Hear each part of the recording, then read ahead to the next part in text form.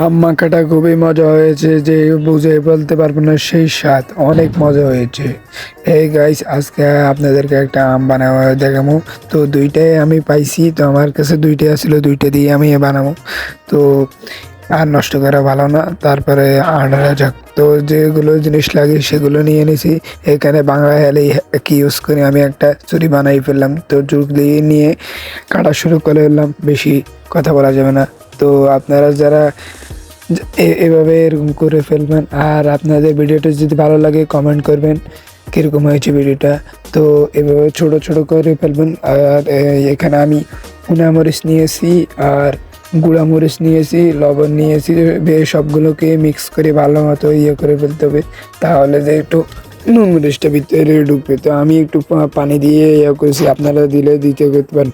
তো এরকম একটা লুক চলে আসলে, লুকটা দেখলে অস্থির সেই সাথে। আর ভিডিওটা যদি ভালো লাগে সাবস্ক্রাইব করে লাইক